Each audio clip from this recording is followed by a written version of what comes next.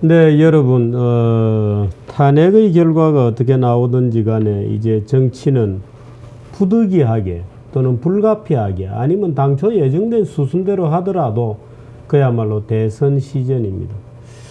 최근에 이 대선의 문제점 중에 하나는 어떻든 탄핵의 이 대중적 열기 또는 대중적 확신을 등에 업은 좌파 진영의 후보들은 아주 정말 달리고 있습니다. 근데 우파 진영은 거의 괴멸입니다. 후보가 없다. 그래서 황교안 후보가 이제 현직 권한대행이면서도 상당한 이제 어떤 반향을 불러일으키고 있는 가운데 어제는 홍준표 지사가 이제 무죄가 되면서 준비를 하고 있고, 그 하루 앞서서 여러분들이 다 아시듯이 저희 정규제 TV에서 코너를 하나 가지고 계시던 김진 중앙일보 전 논설위원께서 자유한국당에 입당을 하시면서 대선 출마를 선언하셨어요. 그래서 오늘 김진 대선 주자 전 중앙일보 논설위원을 모시고 왜 신문기자를 하다가 대선 후보로 나갔는지 이런 얘기를 좀 여쭤보도록 하겠습니다. 어서 오십시오. 안녕하세요. 낯설지 않은 장소입니다. 예. 오래간만에 오니까 아주 감회가 새롭습니다. 왜 갑자기 대선 후보로 나오셨어요? 제가 전에 책에도 쓴 적이 있습니다만은 제 꿈은 사실 평생 언론인으로 지내는 겁니다. 예. 그런 표현을 썼습니다. 평생 글을 쓰다가 늙어서 사무실에서 글 쓰다가 쓰러져 죽는 게 소원이다. 욕심도 많으시지. 되도록이면 이제 그때까지 건강을 유지하다가 늙어서 글을 쓰다가 이제 그 스트레스로 쓰러져 죽는 게 소원이다. 그러니까 쓰러져 죽는 장소가 글 쓰는 작업실이나 사무실이면 좋겠다라고 이제. 저는 빨리 은퇴를 해서 시골에 닭 키우러 가는 게 소원입니다만, 그런데 그런 소원이었는데. 아니 난세인데 정주필 그 소원이 본인 희망대로 지켜지겠습니까? 난세다. 예. 그래서 그렇게 장담하지 마시고요. 자기 뜻대로 안 되는 거니까. 그런 것이었는데 제가 이제 3단계 고민 과정을 거쳤습니다. 예. 첫째는 1단계는 지난해 4월 총선에서 당신의 새누리당이죠. 새누리당이 참패한 것이 상당한 저에게 쇼크였습니다. 왜냐하면 저는 보수 언론인이기도 합니다만은 대한민국의 한 국민으로서 보수적 가치, 꼭 보수가 아니더라도 대한민국의 국민으로서 앞으로 향후 한 1년, 2년, 3년 중차대한 이 한민족의 시기에 나만의 좌파 정권이 들어서는 안 된다라는 신념을 제가 가지고 있거든요. 한 사람의 대한민국 국민으로서 그리고 보수 언론인으로서 그 이유는 이제 좀 많습니다만은 그런데 작년 4월에 새누리당의 총선 참패를 보니까 단순히 여소야대가 아니라 보수 집권당으로서 제1당을 빼앗긴 것은 처음입니다. 예, 그렇습니다. 과거 이제 김대중 정권이 진보 정권이 빼앗긴 적은 한 번 있었는데 보수 집권당이 제1당까지 빼앗긴 것은 처음이다. 그러니까 사실 박근혜 대통령이 한국 현대사 보수의 역사에서 상당히 충격적인 기록을 남긴 것이죠. 그래서 제가 정말 이러다가는 작년 기준으로 봤을 때 2017년 대통령 선거 때 정권이 넘어가겠다. 이제 정권이 넘어갈 가능성이 크구나 라는 생각을, 그런 걱정을 그때서부터 하기 시작했습니다. 그러니까 작년 하반기 내내는 그 걱정이었죠. 이러다가 좌파 정권으로 넘어간다. 좌파 정권이 김대중 노무현 10년 집권했을 때는 처음 좌파 정권을 한 것이기 때문에 한국 역사에서 상당히 실수도 많이 하고 또 이제 어설프게 국정을 운영을 해서 진보 좌파 진영으로 봤을 때는 일종의 실험이었습니다. 예. 그런데 이번에 이제 다시 이 정권을 잡으면 그때 실수를 했기 때문에 이번에는 좌파 정권이 그들의 시각으로 봤을 때는 제대로 할 것이다. 완전히 제대로 할 것이다. 예. 자신들이 생각하는 좌파적 가치를 안보, 경제, 사회 전 분야에 걸쳐서 완전히 사회를 뒤집는 식으로 관철할 것이다. 예. 그렇기 때문에 저는 이제 이런 시기에 좌파 정권이 집권을 해서는 안 된다라는 신념이 작년 하반기에서부터 더욱 강해진 것이죠. 예. 자, 2단계는 최순실 사태 이후입니다. 예. 이것은 뭐 좌파 정권의 추락 정도가 아니라 보수 정권의 추락 정도가 아니라 예. 완전히 정치권 이 보수 지식인계, 보수 시민 사회계의 총체적인 혼란과 추락이다. 예. 그러면 이건 문제가 더 심각해졌다. 최순실 사태 때문에. 과연 이 사태를 딛고 뭐 이제 탄핵 결과가 어떻게 나올는지 모르겠지만 과연 보수가 유권자들에게 정권을 다시 한번 달라고 할 만한 상황이 될 것이냐. 그때서부터 이제 고민과 걱정이 더 깊어진 거죠. 예. 그러다가 제 고민의 결론은 가장 중요한 것은 그러려면 다시 정권을 잡으려면 보수를 대대적으로 개혁을 해서 예. 국민들 앞에 새로운 프로그램을 내놔야 된다. 그래야만 좌파 대신에 우리를 선택해달라라는 말을 할 수 있다. 예. 최소한의 체면이 선다. 예. 라는 것이었는데 그것이 과연 시스템으로도 안 되는 것이고 또 여소 야대이기 때문에 무슨 국회에 이거로도 안 되는 것이고 그런 새로운 보수 개혁 프로그램으로 대선을 승부할 수 있는 요체는 인물이다. 대통령 후보. 그러니까 보수를 개혁을 해서 쉽게 하면 예.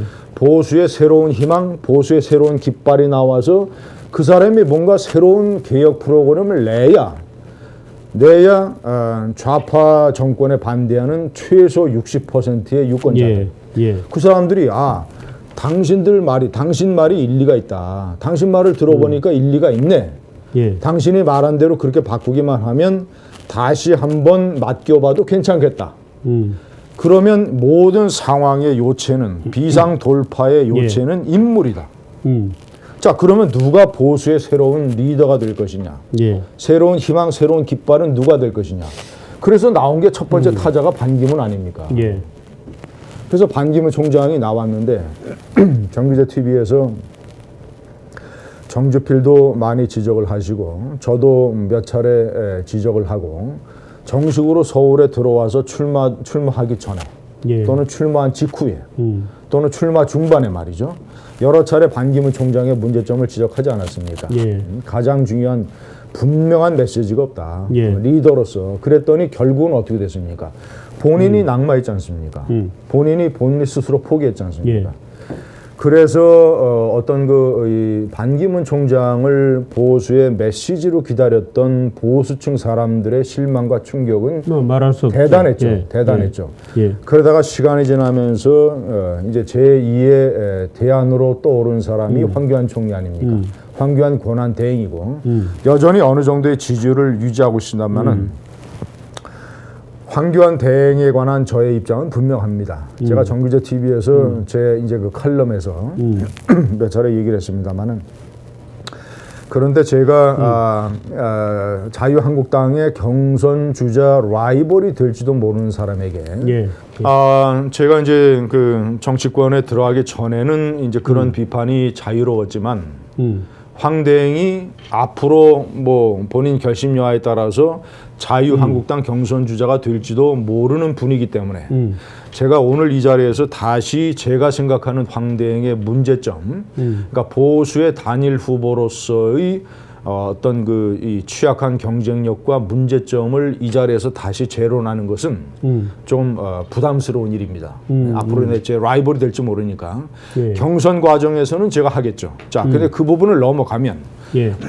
어쨌거나 제 판단은 뭐 황교안 총리를 지지하는 적지 않은 사람들은 저에게 동의하지 않겠지만 어쨌거나 저의 판단으로는 황교안 총리가 제가 말한 보수의 새로운 희망, 새로운 깃발, 새로운 개혁 리더가 될 수 없을 것이다. 저는 그렇게 내가? 판단합니다. 총체적으로. 그래서 세 번째 대안을 제가 생각을 해봤습니다. 예. 자, 그러면 누가 있느냐? 저는 많은 생각을 해서 이 사람 저 사람을 대입시켜서 생각을 해봤습니다만은 결론적으로는 제 자신이 죄를 판단할 때, 그리고 보수의 전반적인 상황을 판단할 때 이제 내린 결론은 아까 말씀드린 그런 조건의 인물은 저밖에 없다. 제가 남아있는 유일한 대안이라고 감히 판단을 해서 저는 결심을 했습니다. 자유한국당으로 간판을 받고 달면서 입당을 하셨어요. 예. 뭐 사전에 좀 접촉이 있었나요? 사전에 교감이 있었습니다. 교감이 있었고 그 자유한국당에서 저에게 바라기를 전국위원회를 열어서 당명 개정을 확정한 다음에 들어와 달라. 근데 아까 말씀 중에 진보를 선택하지 않는, 좌익을 선택하지 않는 60%의 국민은 보수를 찍을 거다. 확신하십니까? 정확하게 말씀드리면 좌파 정권에 반대하는 좌파 정권 집권을 싫어하는 60%의 구술이 있습니다. 지금 예. 한국 대선판에 깔려져 있어요. 이 구술 중에서 일부는 자유한국당을 공개적으로 지지하면서 예를 들자면 한 3분의 1 정도에 해당되는 사람들이죠. 자유한국당의 지지율이 경우에 따라서는 16%, 14% 이렇게 나오니까 3분의 1은 그렇고 나머지 3분의 2 중에서는 또 여러 종류일 겁니다. 속으로는 저희 보수를 지지하지만 공개적으로 얘기하지 않는 사람들. 자, 그리고 나머지 사람들은 좌파 정권은 싫지만 반대하지만 그렇다고 내가 보수를 다시 찍어야 되느냐 회의하는 사람들. 그래서 저는 60%의 구술이 산재해 있다고 봅니다.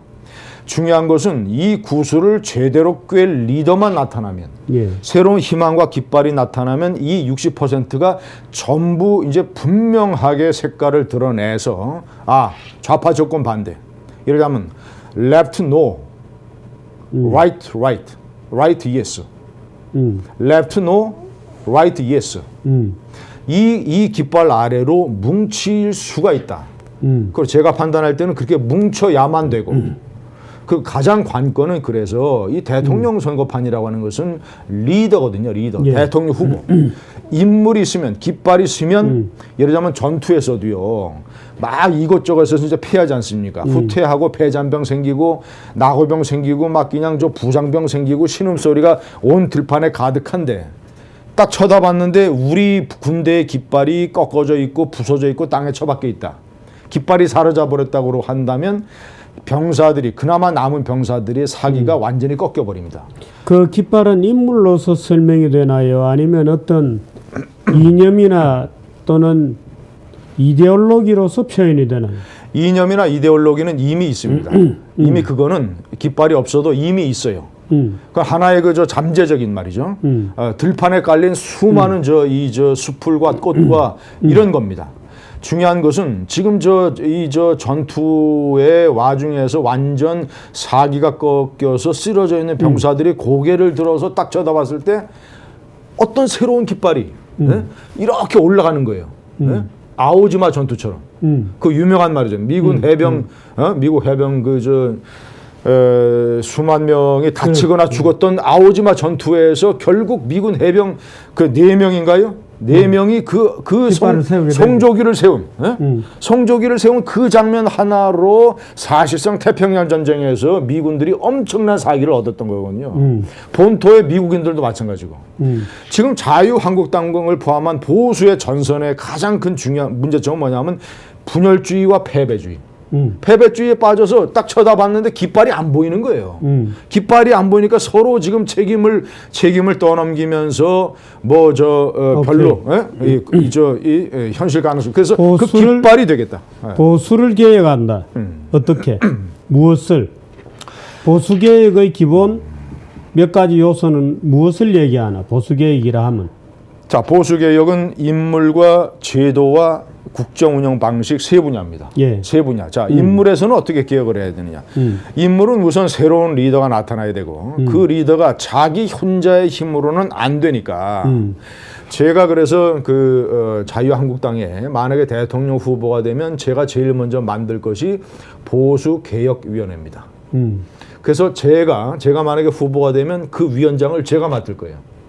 제가 맡아가지고 첫 번째 하는 일이 뭐냐면 우리 사회에 당 밖에 숨어 있는 참신하고 개혁적인 인재들을 아주 광범위하게 끌어모을 겁니다. 무슨 예. 야당에서 지금 벌어지고 있는 구인물 잔치판, 구인물 영입판, 그리고 이사랑 사람 들어왔다가 며칠 있다가 나가고 말이죠. 이런 영입판하고는 차원이 다른 보수개혁위원회에서 철저히 검증하고 분석해서 예. 각 분야에 말이죠. 인재급들. 이 사람들은 보수 새 정권에서 요직을 맡을 수 있다. 이런 사람들을 과감하게 제가 영입할 겁니다. 인물의 개혁이. 제 인물. 자, 그리고 이제 그 두 번째가 이제 제도라 말씀드렸지 않습니까? 예. 제도 같은 것은 대단히 중요합니다. 예를 들자면 낙하산 인사. 과감하게 말씀을 드리면 김진 정권에서 낙하산 인사는 없습니다. 네. 나는 낙하산 인사를 아예 제도적으로 낙하산 인사를 안 하게 되면 오히려 지난 정권 또는 전혀 정부의 이념과 상관없는 사람들이 연줄로 쫙 들어차게 될 텐데. 자, 낙하산 인사라고 하는 것은 경험 많은 정부 부처 관료 있지 않습니까? 예. 관료가 산하 공기업이나 관련 단체에 들어가서 일하는 것은 해당이 안 됩니다. 예. 그건 낙하산 인사가 아니고 제가 얘기하는 낙하산 인사는 별로 전문성도 없고 자격도 없는데 다만 정치적인 고려 때문에 예. 정치적이거나 과거 여러 이 정치 활동과 대통령 선거 운동을 통해서 엮어진 그런 이익관계 때문에 그 자리에 내려박는 거. 예. 역대 박근혜, 이명박 모든 보수 또는 진보 가릴 것 없이 대통령들이 했던 거. 저는 이거 안 하겠다는 거예요. 이거 안 하고 이걸 왜 안 할 수 있냐면 제가 이제 여야 대통령 선거판을 통틀어서 자유한국당뿐만 아니라 제가 지금 말씀드리는 포인트가 저의 최대 강점인데 그리고 이제 그 대통령 선거 운동 기간에 제가 이제 세일즈 포인트로 삼을 건데 예. 여야 대통령 선거판을 통틀어서 뉴 페이스가 저 한 사람입니다. 저 한 사람이에요. 저는 32년 언론인 생활만 했기 때문에 저는 감히 말씀드린다마는 공천을 받기 위해서 정당판 기웃거린 적 없고 수석이나 장관 하기 위해서 권력에 아부하거나 잘 보이려고 하거나 기웃거린 적 없습니다. 솔직히 말씀드리면 서너 번의 오퍼를 받았습니다만은 제가 사양했습니다. 아까 말씀드린 그런 언론인, 제가 좋아하는 그 언론이라는 직업을 하기 위해서. 예. 저는 정치부 기자를 20여 년을 했지만 그렇다고 해서 그 사람들과의 어떤 이익관계가 맺어진 게 하나도 없어요. 그리고 저는 경선 캠프도 마찬가지고 대통령 선거 캠프도 마찬가지고 만약에 대통령 후보가 되면 대선은 당의 공식 선대위로 치를 겁니다. 예. 비선 조직 없이.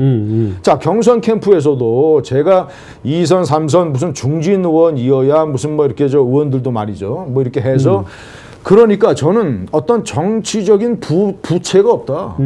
인물의 개혁, 제도의 개혁. 제도의 개혁. 그렇죠. 예를 들자면 이제 공기업 이런 예. 임명 문제도 말이죠. 우리 정주부께서 전문가이시겠습니다만은 예를 들어서 저는 공기업의 최고 경영자들을 발탁하는 데 있어서 어떤 외부의 객관적인 분석, 평판 이런 분석이나 외부의 이런 것들이 좀 더 지금보다는 더 작용할 수 있는 예. 그런 제도 개선을 좀 강구하고 있어요. 그런 것도 이제 중요한 제도 개혁이고. 예. 자, 중요한 건 이제 예를 들자면 당의 공천제도. 이런 국회의원 제가 이미 중앙일보 논설위원 시절에 칼럼을 여러 차례 쓴 적이 있습니다. 국민의 아주 객관적인 공천 배심원단 같은 걸 만들어서 완전히 객관적 이런 지난번에 4월 달에 지금 보수 정권이 최대 위기에 빠진 첫 번째 원인이 지난 4월에 공천 파동 아닙니까? 공천 파동 아닙니까? 그러니까 그것도 도장 들고 도망가고 그러니까 이른바 친박이 옥새 하고. 파동에다 그 옥새 들고 나르샤 이런 거였는데 그것이 공천 제도가 확립이 되지 않았기 때문이거든요. 그래서 저는 정치부 기자 시절서부터 공천제도를 연구하고 고민했기 때문에 그걸 바탕으로 해서 아까 말씀드린 보수 개헌위원회에서 이제 그런 제도도 바꾸겠다. 그게 굉장히 중요한 제도거든요. 그거에 따라서 당정 관계가 바뀌고 전반적인 어떤 그 정권의 전반적인 분위기가 달라집니다. 아니, 그런데 지금 말씀하시는 것들은 대개 거의 모든 대선 후보자들이 열심히 얘기를 해요. 그런데 정작 안 돼요. 그런데 김진은 할 수 있다. 그 사람들은 말이죠. 우선 맞죠. 그 사람들은 공천제도를 바꾸려면 당의 중진이나 이런 그 역대급 정치인들이 공천제도를 바꾸기가 대단히 어렵습니다. 왜냐하면 현직 의원들이 많이 반대하니까. 기득권을 가지고. 네. 그래서 저는 그래서 제가 개혁의 장점이 있는 게 뭐냐면 뉴 페이스가 사실 그런 면에서 강점이 있는 것이거든요. 개혁을 하려면 기득권과 싸워야 되는데 기득권의 부채가 없으니 쉽게 얘기해서 저는 잃어버릴 게 없다. 그 대신에 그 기득권이 여지를 줄까요? 그 전에요. 그 기득권이 아예 예를 들어서 결정권자로 접근하는 길을 차단해 버리겠지. 근데 중요한 건 그게 아닙니다. 왜냐하면 이번에 그 경선 후보 경선 룰이라고 하는 게 이번에 이제 새로 정해집니다. 이제 앞으로 이제 아직 안 정해졌군요. 아주 안 정해졌죠. 자유한국당의 대선 관리위원회가 생기면 거기서 정해지게 됩니다. 그런데 제가 판단할 때는 그리고 당내에 많은 사람들이 얘기를 하는데 그 사람들의 전망은 뭐냐면 지금 야당이 하는 식으로 국민선거인단의 어떤 비중을 지금보다는 높일 수밖에 없을 것이다. 그렇죠. 국민선거인단과 당원과 대의원들입니다. 투표권을 가진 사람들이. 그리고 저는 다수의 국회의원들도 저를 지지할 수 있다고 생각하는 게 제가 얘기하는 공천 배심원단 제도가 칼럼에서도 썼습니다마는 대부분의 현역 의원들한테 유리해요. 대부분의 현역 의원들. 아무래도 자기들이 만드니까 규칙을. 배심원단 아까 말씀 공천제도. 그러니까 배심원단들 앞 쉽게 얘기하면 국민 배심원단들 앞에서 자기가 프리젠테이션 하는 걸로 평가받자는 거거든요. 그러면 의정 활동을 제대로 한 국회의원들은 오히려 유리하다. 신인이나 다른 사람보다도. 그렇기 때문에 제가 얘기하는 이런 배심원단 공천제도가 다수의 국민들에게 어필할 수 있다. 저는 이렇게 보는 거죠. 다수의 의원들에게 어필할 수 있다고 보는 것이죠. 그리고 중요한 것은 경선에서 투표권을 가지고 있는 사람들이 당원, 책임당원, 그리고 국민입니다. 국민선거인단. 그렇기 때문에 이제는 말이죠. 옛날식에 예를 들자면 국회의원들 줄 세워서 그 사람들에게 할당된 대의원들의 표를 어떻게 영향력을 행사하게끔 해서 모으는 거 있지 않습니까? 그 당내 선거. 소위 이제 조직 선거. 그렇죠. 이명박과 박근혜가 붙었던 거. 박근혜가 그 당내 선거에서는 이겼습니다마는 여론조사에서 져서 대통령 후보가 못 됐지 않습니까? 이명박 때. 자, 그때 그런 게 굉장히 치열했거든요. 벌써 그게 10년 전 얘기입니다. 10년 전 얘기. 그리고 이제 지금 많은 국회의원들이 저에게 얘기를 하는데 이제는 대의원이나 책임당원들도 이 국회의원이나 위원장 얘기 듣고 찍지 않는다.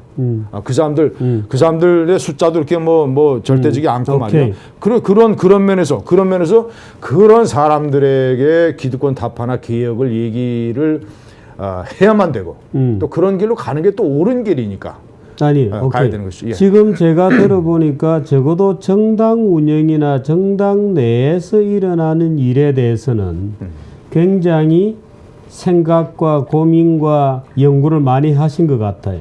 문제는 국민들입니다. 지금 국민들은 잘 아시다시피 분열되어 있어요. 아주 극적으로 분열되어 있어서 아버지와 아들이 다투고 엄마와 딸이 갈등하는 이런 시대죠.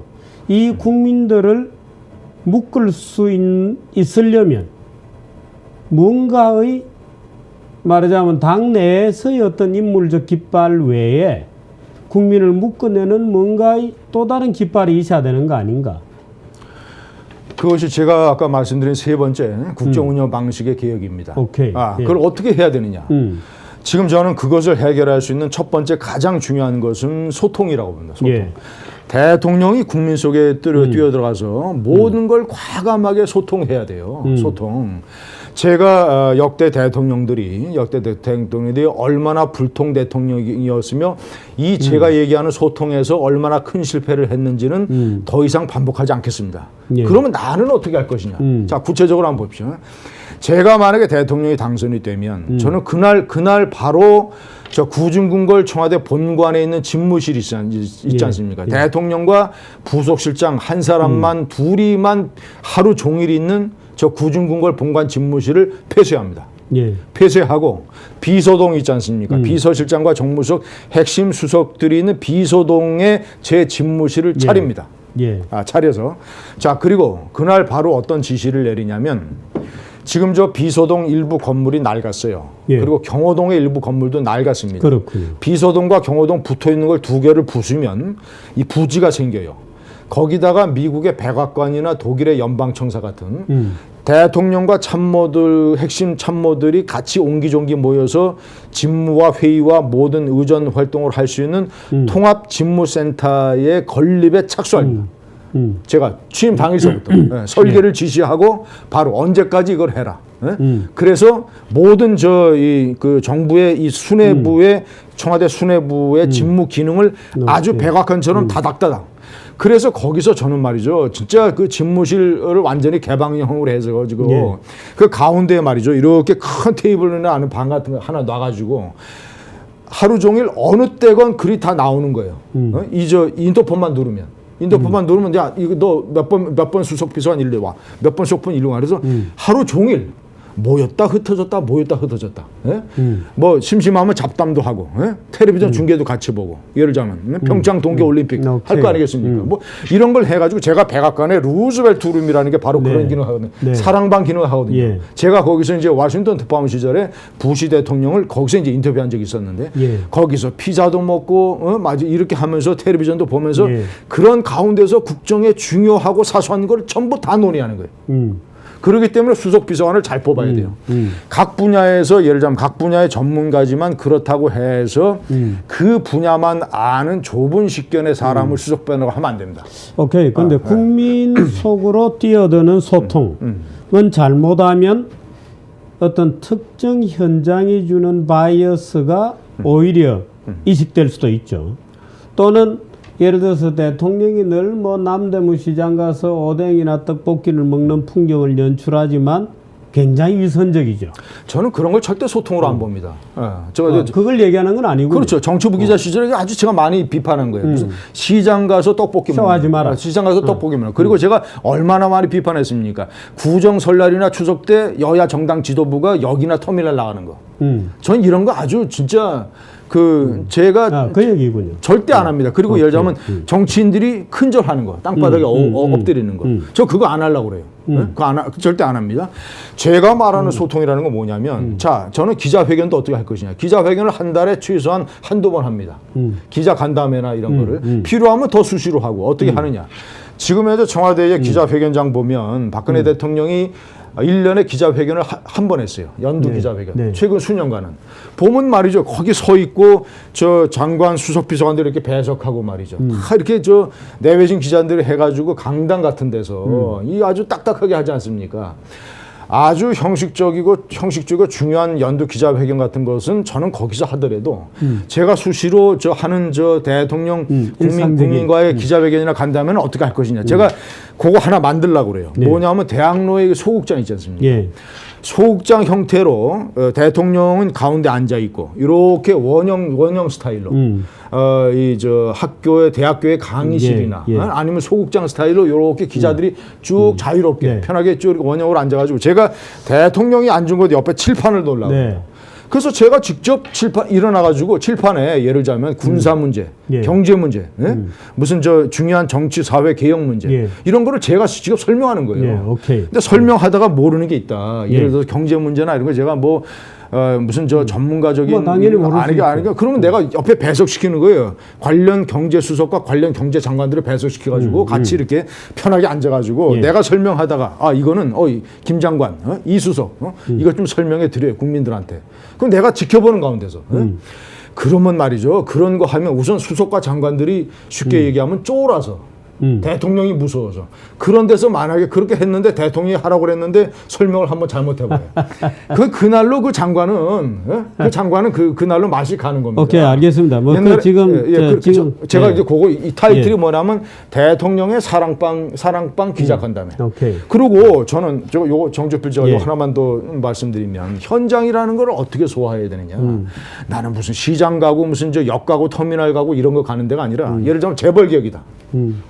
그러면 저는 재벌개혁, 노동개혁을 일방적으로 반대편에서 반대편의 논리로 밀어붙일 생각이 없습니다. 왜냐? 다 그것의 개혁의 대상이 되는 사람들은 나름대로의 사정이 있고 그 사람들의 사정을 들어보고 그 사람들이 생각하는 효율적인 방법을 찾는 개혁이 옳은 개혁이다. 예. 그러면 재벌개혁을 어떻게 하느냐?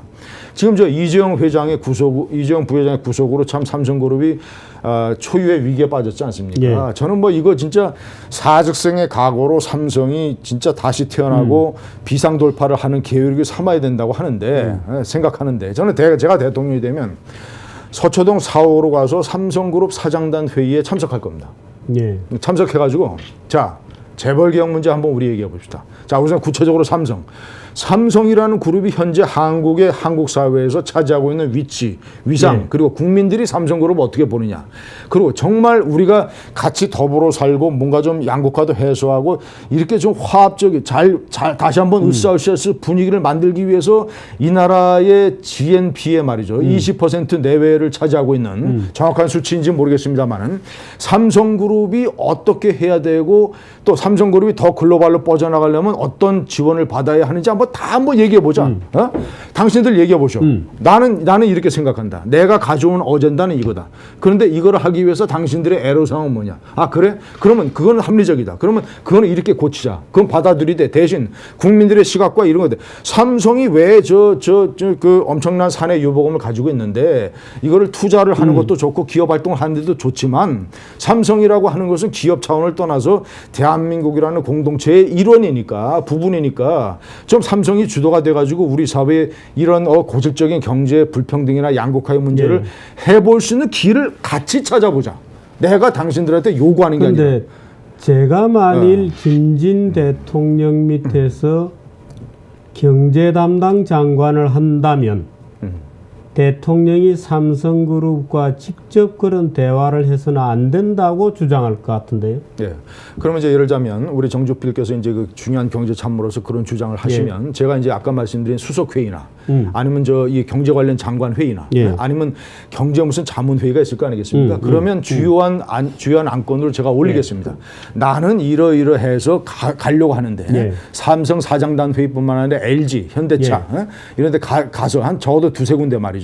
아니면 전경련, 아니면 무역협회, 중소기업 중앙회 얘를 삼성 사장단. 알겠습니다. 자 이거를 제가 어젠다로 올려서 그 사람들하고 이제 대대적인 토론을 하는 거예요. 그래서 다수 의견이 정주표의 생각이 맞으면 제가 그쪽으로 바꾸는 거죠.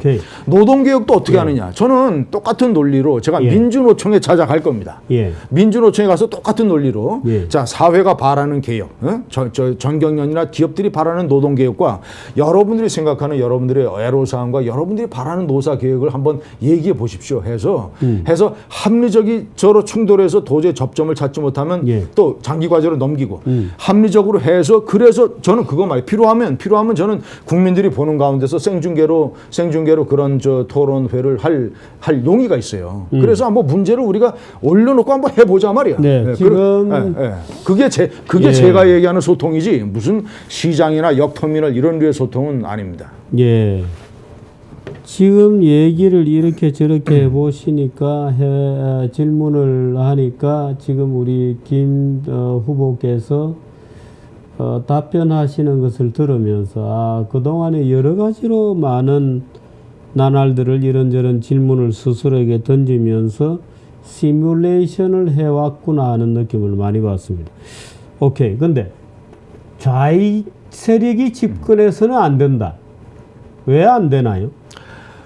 자, 저는 만약에 우리나라가 평상시라면 예를 들면 어느 정도 이제 국가 안보의 위험도 없고 평화시라면 국민이 좌파 정권을 선택할 수도 있다고 봅니다. 김대중 노무현 정권 때 10년이 지금에 비하면 그래도 이런 기준으로 보자면 상당히 부드러웠던 시기였어요. 이 예. 나라가. 그런데 제가 이제 중앙일보 논설위원 시절에도 여러 차례 책도 쓰고 칼럼도 쓰고 또 강연과 TV 토론에서 수차례 얘기했습니다만은 자, 장기 독재 공산 정권이 70년을 넘은 사례가 없습니다. 예. 소련이 69년 만에 해체됐어요. 예. 자, 김정일, 김정은 3대 세습 정권이 올해로 69년입니다. 예. 1948년에 건국으로 따집니다. 예. 자, 올해가 굉장히 쉽게 얘기하면 가장 치명적인 분수령이에요. 예. 자, 보십시오. 올해와 작년 사이에 무슨 불길하고 위험한 징조들이 계속 나타나는지. 지금 자기 형마저 지금 동남아 살인 청부단에게 돈 줘가지고 독 스프레이를 뿌려가지고 죽였지 않습니까? 그다음에 장성택에다가 지금 가장 최근에까지 말이죠. 김원홍 최용의 황병서 2인자 3인 체제였습니다. 김원홍 국가안전보위부장은 장성택의 처형에 앞장섰던 사람이에요. 장성택 체포뿐만 아니라 현영철이라든가 이런 모든 리용어라든가 말이죠. 그러니까 김정은이가 집권을 해서 장애물을 제거하는 데에 사냥개 역할을 했던 사람이 김원홍이에요. 근데 그 김원홍을 또 숙청했습니다. 지금 그러면 최용해나 인민군 총정치국장 황병서 최용의 노동당 비서 이 사람들이 김정은을 믿을 수 있겠습니까? 김정인이들 이 사람들을 믿을 수 있겠습니까? 그리고 최용해와 황병서는 서로를 믿을 수 있겠습니까? 지금 총체적으로 아무도 못 믿는 아니, 그건 북한 사정이고. 자, 그래서 어떻게 되냐면, 그래서 북한의 급변 사태가 카운트다운에 들어갔다. 카운트다운을 해서 급변 사태라고 하는 것은 이제 김정은이가 아웃되거나 아니면 휘청거리거나 급변 사태가 들어가면 가장 중요한 건 급변 사태가 터지면 가장 중요한 게 뭐냐면요.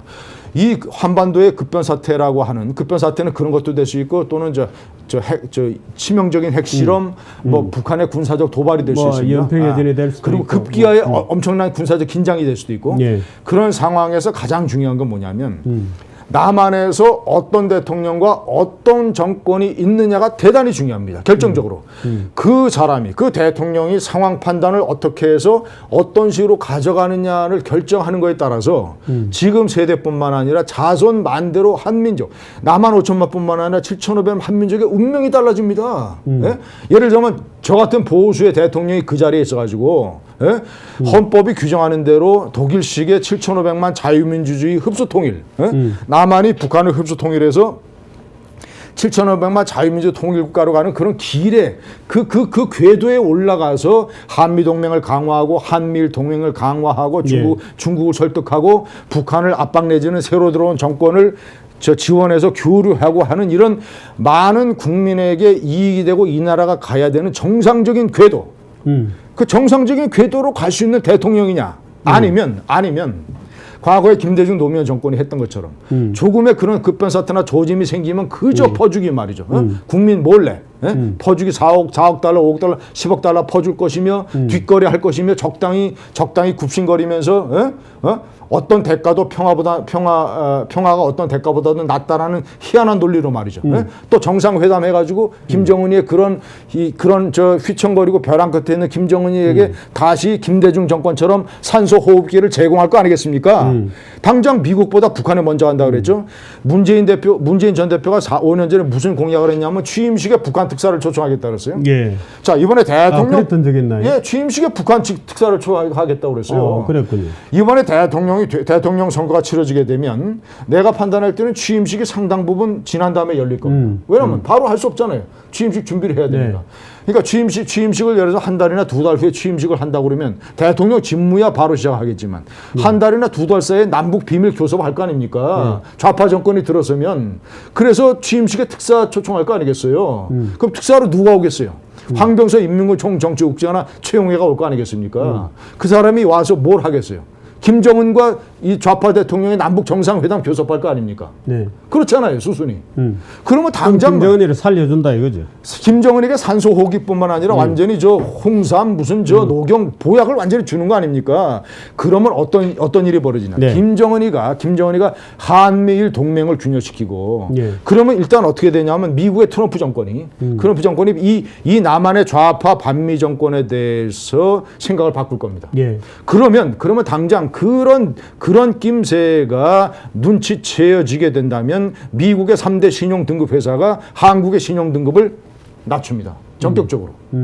노무현 정권 취임한 이래로 생생한 사례가 있잖아요. 네. 노무현 대통령 취임 2달 만에 저 무디스가 신용 등급 전망을 2단계나 추락시켜가지고 노무현 대통령이 화들짝 놀래가지고 미국으로 쫓아갔죠. 반기문 외교보좌관을 포함한 4인의 권태진 한국경제연구장 4인의 대표단을 화들짝 보내가지고 사정사정해서 유보하니까 자신이 미국 가가지고 미국 비유 맞추느라고 뭐 반미는 무슨 반미입니까?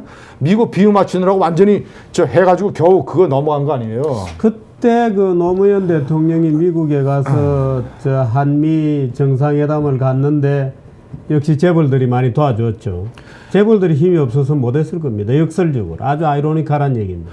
지금 재벌이 말이죠. 재벌들이 한미 동맹에 얼마나 경제적으로 기여하고 있는가를 좌파들이 몰라요. 예. 그리고 한미 동맹이라고 하는 것은 단순한 군사 동맹이 아니라 경제 동맹이라는 사실을 몰라요. 예. 한미 동맹은 군사 동맹이고 경제 동맹입니다. 예. 왜냐? 한국에 투자하고 있는 외국인 기업안들 투자가들 예. 대부분 이제 주력 세력이 미국인데 예. 미국에서 이 사람들이 지금 이 땅에서 서양의 투자나 기업인들이 이 땅에서 대규모로 지금 투자를 예. 하고 말이죠. 최근에 그 주식 시장에서도 외국인들의 이 투자 이게 엄청나게 증가하지 않았습니까? 예. 자, 그런 것들의 이유가 강력한 한미 동맹으로 북한의 도발을 억제하기 때문이에요. 예. 그런데 한미 동맹이 흔들리면 어떻게 됩니까? 예. 그런 한반도의 위험 지수가 높아지는 거예요. 그러면 예. 2002년 오케이. 노무현 정권 취임 예. 때부터 그러면 신용 등급 추락과 외국인 투자 자금 이탈, 지금 한국 경제 위기로 바로 이어집니다. 지금 좌익 집권은 절대로 안 된다. 예. 또 잠시 전에 얘기는 무슨 뭐 연방제 비슷한 이런 식의 뭐 퍼주기 이런 건 안 된다. 자유통일이다. 예. 이제 이런 얘기를 하시고 흡수통일이다는 말도 하셨는데 지금 대통령 후보는 현실적으로 그럴듯한 후보는 다 신문지상을 도배질하고 있는 뭐 그럴듯하다는 표현이 잘못된 표현이고 후보들은 다 문재인 아니면 안희정이에요. 예. 두 사람 중에 누가 더 위험합니까? 저는 아이러니컬하게도 예. 대통령이 되면 위험한 사람은 문재인입니다. 그런데 문재인이 나오면 대통령을 자유한국당에서 하게 될 가능성이 높아요. 문재인은 너무나 많은 약점을 가지고 있기 때문에. 예. 제가 정규제 TV에서도 왜 문재인의 4가지 문제점을 얘기하고 문재인은 4개의 문제점에 답하라고 그랬는데 아직까지 이제 답이 안희정의 보수 코스프레는 어떻게 보십니까? 안희정의 그 철저한 위장술입니다. 위장술이죠. 철저한 전향한 적이 없죠. 전향한 적도 없고 그 정도의 코스프레는 쉽게 할 수 있는 인물이 안희정이에요. 예. 우선 뿌리가 이제 고대 그 깊숙한 운동권 출신 아닙니까? 예. 자, 그리고 가장 중요한 것은 안희정 지사는 노무현 대통령의 아바타라고 보면 됩니다. 문재인 전 대표 못지않은 아바타. 예. 그래서 제가 출마 선언문에 이런 표현을 썼어요. 김대중 노무현 좌파 세력의 큰아들이 문재인이다. 예. 막내 아들이 안희정이다. 쉽죠. 그런데 어떻든 그리고 중요한 것은 예. 대통령이 된다는 것은 인물이 집권하는 게 아니라 세력이 집권하는 거예요. 예. 안희정 대통령이 아니라 노무현 좌파 운동권 세력이 집권하는 겁니다. 예. 안희정 수사파에 뿌리를 두고 있는. 그렇죠. 안희정 정권이 아니라 좌파 정권입니다. 가장 중요한 것은 우리 국민들이 알아야 될 개념으로서 가장 중요한 것은 대통령이 된다는 것은 인물이 아니라 세력이 집권하는 것이다. 노무현 대통령 때 바로 그랬지 않습니까? 예. 왜냐하면 노무현 대통령을 둘러싼 386 그룹. 예. 노무현이 나의 동지라고 얘기했고 386들은 대통령 뭐라고 얘기했습니까? 우리의 도구라고 했지 않습니까? 우리의 도구. 안희정은 좌파 세력의 도구입니다. 예. 도구예요. 예? 그렇군요. 그리고 제가 최근에 이제 안희정 지사가 하는 얘기를 보면 역시 본질과 원래의 정체성은 벗어날 수가 없다. 여러분 제가 딱 보니까 지금 하는 것이 얼마나 자기적이라는 걸 제가 알 수 있어요. 대표적으로 말이죠. 뭐냐? 대북 송금 특검을 했지 않습니까? 예. 노무현 정권에서 김대중 정권이 4억 5천만 달러를 국민 몰래 뒷돈으로 준 사건을 특검을 했어요. 예. 특검을 했으면 자 본인이 진짜 지금 국민들에게 얘기하는 것처럼 본인이 말이죠. 나는 골수 좌파하고는 다르다. 이념적으로 사드 배치의 불가치성도 인정하고 말이죠. 이런 식의 노선이라면 한국의 엄연한 법과 질서를 어겨가면서 뒷돈으로 4억 5천만 달러를 줘서 핵개발을 도와주고 북한 정권을 기사회생시킨 만든 이 일종의 하나의 그 반국가적 사건. 예. 이 반국가적 사건을 특별검사를 통해서 사법의 이 단죄의 무대에 올린 것을 정당하다고 얘기해야 될 거 아니에요. 예. 자기가 지금 하는 논리라면, 예? 자기가 국가안보에서 문재인과 다르다는 논리라면 그것이 정당했다고 얘기해야 되잖아. 왜냐하면 자기가 노무현 대통령 정권의 핵심 담당자였으니까. 그런데 그걸 비판한 모양이죠. 뭐라고 얘기하면 우리 어쩔 수 없어서 그렇게 했다. 어쩔 수 없다는 건 무슨 어쩔 말이죠? 수 없다. 저 당시 한나라당이 특검을 하자고 해서. 아, 그렇게 얘기했어요. 그렇게 얘기했어요. 왜냐? 호남 가가지고 호남표 얻으려고. 아, 그렇군요. 호남 가서 호남표 얻으려고 그렇게. 그러니까 거기서 나는 벌써 정체가 드러난다고 보는 겁니다. 자기적으로 자기가 무슨 말을 그럴듯하게 한다고 해서 예. 넘어갈 유권자들이 없다. 제가 예. 보니까 이건 문재인 전 대표보다 더 나빠요. 예. 문재인 전 대표 처럼 아예 솔직하게 자기 색깔을 드러내고 사드 배치도 나는 뭐 다음 정권에서 해야 된다고 여전히 주장한단 말이지. 이렇게 차라리 하라 이거예요. 진보면 진보답게, 예? 좌파면 좌파답게 말이죠. 그렇게 얘기하면서 호남에 가서는 그러니까 한국의 법과 질서도 아랑곳 하지 않고 북한에 4억 5천만 달러를 준 게 잘 된 건데 야당이 특검을 통과시켜서 할 수 없이 김대중 대통령과 그 그룹을 수세에 몰리게 해서 대단히 죄송합니다. 이런 논리를 호남에 가서 하는 거예요. 그러니까 내가 볼 때는 이거는 전남지사를 할 정도의 발언이지 대일국의 대통령이 돼야 된다 보니까 그 면에서 문재인 전 대표가 똑같아요. 법과 질서를 이렇게 존중 못하는 야당의 지도자들이 많다 이거 말입니다. 가장 중요한 일국의 대통령이 되겠다는 사람은 헌법에서 서약도 하지만 가장 중요한 것은 대통령이 가장 중요한 것은 그 사회의 법과 질서를 수호하는 거 아닙니까? 근데 그 법과 질서에 대해서 그렇게 허약하게 기회주의적으로 얘기하는 거는 나는 아무리 본인이 무슨 뭐 우클릭한다고 쇼를 해도 저는 그거는 위장술입니다. 위장술. 예, 시간이 벌써 45분이나 지나가 버렸습니다. 그런데 우리 김진 전 중앙일보 논설위원 지금은 대선 출마를 선언하셨기 때문에 그동안 수없이 많은 생각을 해오고 시뮬레이션을 해보고 장면의 이미지를 빌드업하고 해오셨구나 하는 것을 우리는 느낄 수 있습니다. 좌파 집권은 절대 안 된다. 보수 개혁을 해내겠다. 새로운 대한민국의 어떤 비전을 세우겠다 하는 점에 있어서는 아마 많은 분들이 동의하실 것 같고, 근데 여전히 이제 막상 현실 정치로 돌아가면 아마 굉장한 시련에 봉착할 수도 있습니다. 다음에 또 뭐 한번 나중에 대선 후보들이 또 좀 정해지면 그때 구체적인 얘기를 모셔서 아마 이런 식으로 대화를 하면 뭐 한 몇 시간은 해야 우리가 김진 대선 후보의 면면을 알 수 있을 것 같습니다. 마지막으로 제가 한마디만 더 여쭤보고 보도록 하겠습니다. 안희정이 페이스메이커가 되나요? 문재인이 페이스메이커가 되나요?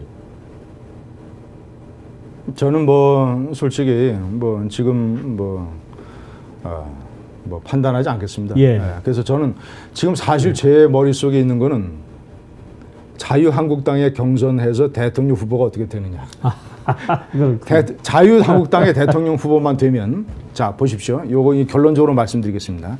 무슨 뭐 자유한국당이 지금 불임 정당이다, 뭐 이런 탄핵 정당에게 국민이 다시 주겠느냐, 뭐 얘기 많은데 저는 그렇게 생각하지 않습니다. 무슨 이제 원론적으로도 말씀드리고죠. 요거는 이제 정치부 기자를 20여 년 한 감각으로 말씀드리면, 감각으로 말씀드리면 대선 극장에는 자유한국당 대선 극장에 관객이 제일 많이 몰릴 것이다. 우선 재밌어요, 드라마가. 보십시오. 이제 1번 이인재, 2번 원유철, 3번이 접니다. 그리고 이제 안상수 이 의원이 이제 며칠 내로 출마 선언을 하게 되고 출마 선언하는 순서대로군요. 합니다. 순서대로. 네. 자, 4번이 이제 누굽니까? 안상수 의원이고. 자, 그리고 어저께 기자회견을 한 뉘앙스로 보면 홍준표 지사가 뛰어들 가능성이 높지 않습니까? 예. 자, 그 지사 이제 경남에 또 홍준표 지사, 그리고 경북의 김관영 지사가 거의 붙였습니다. 경북에 선언일보 직전이에요. 선언일보 직전이에요. 거의 다 준비를 했습니다. 예. 경북지사, 경남지사 다 나옵니다. 예? 자, 자유한국당의 지역적인 뿌리라고 하는 경북과 경남지사가 다 나와요. 다 나와. 이제 자 그리고 이제 또 국회의원 중에서 또 한두 사람. 그리고 저는 상당히 어려울 걸로 봅니다만은 황교안 대행이 또 본인이 또 결심하기에 따라서 이렇게 해서 들어온다면 이 판을 한번 보십시오. 우선 대선국장 무대 위에 올라가 있는 사람들의 면면을 한번 보세요. 이게 얼마나 재밌습니까? 얼마나 재밌어요. 대통령 하여튼 말이죠. 수뢰 사건에 이 불법 자금 사건에 걸렸다가 2심에서 극적으로 회생한 사람이 카우보이가 컴백하죠. 그리고 여야 대통령 선거판 통틀어서 유일한 뉴페이스. 그러니까 저도 무대에 오르죠. 그 무대에 오르죠. 그리고 대통령 경선만 벌써 말이죠. 이인재 경선 대통령 경선 출마 경력으로 따지면 이 대한민국에서 넘버 원. 이인재 이런 사람들 나오죠. 그리고 아마 지금 자유한국당에서 구상을 하기를 가장 드라마틱한 경선이 될 수 있는 방법을 찾는답니다. 찾아서 예를 들자면 이제 권역별로 해서 정견 발표회, 토론회 이런 것도 하고 말이죠. 예. 해서 또 이제 그 선거인단 또 구성도 하고 이런 식으로 해서 또 이제 그 의원이나 당원들이 초청을 해서 일반 슈슈케처럼 말이죠. 오디션 이런 보는 행사도 생기고. 지금 탄핵 문제 때문에 가장 페이스는 늦지만 자유한국당이 일단 이 페이스에 들어가면 가장 많은 관객을 뽑을 것이다. 그런 대선 극장에서 드라마틱한 경선을 통해서 당선되는 대통령 후보. 아무리 지금 자유한국당이 지지율이 열세입니다만은 집권당의 대통령 후보라고 하는 것은요. 쉽게 얘기하면 50%는 먹고 들어갑니다. 예. 집권당 대통령 후보에 대해서 사회가 누가 나오든 단일 후보로 되면 49대 51의 구도는 되는 거죠. 그렇죠. 그러니까 집권당 대통령 후보라고 하는 것은 더군다나 이렇게 드라마틱하게 뽑히면 기사회생으로 뽑히면 엄청난 탄력을 받을 것이다. 그래서 저는 저쪽에 문재인이든 안희정이든 전 지금 고민 안 합니다. 누가 나와도 누가 나와도 제가 자유한국당 대선 후보가 되면 당연히 범보수 단일 후보가 될 것이며 바른정당은 세가 약해서 안 됩니다. 제가 범보수 단일 후보가 될 것이며 그렇게 되면 51대 49의 게임에서 문재인이가 되든 안희정이 되든 제가 좌파 정권을 막을 수가 있다. 이것이 결론입니다. 그렇군요. 준비를 많이 하셨습니다. 하루 이틀 생각한 것 같지는 않은데. 고민은 오랫동안 했습니다. 그렇군요. 정규제 TV에서 김진 위원을 모셔서 이 대선 출마의 변을 들어봤습니다. 다른 분들에게는 기회를 안 주고 왜 같은 언론인이라고 김진 위원만 초대를 했나 이렇게는 생각지 말아 주시기 바랍니다. 나중에 다른 후보님들도 저는 문재인이나 그 안지사가 나오더라도 환영입니다. 같이 토론을 해보도록 하겠습니다. 오늘 여기까지 얘기하겠는데요. 열정적으로 얘기를 해주시고, 역시 이런 열정이 있어야 정치를 나서는구나 하는 그런 기분을 저는 또 개인적으로 느꼈습니다. 저는 매번 다 키우러가는 생각만 하고 있기 때문에 역시 뜨거운 열정이 있는 분들이 정치를 해야 되겠구나 하는 생각도 느껴봅니다.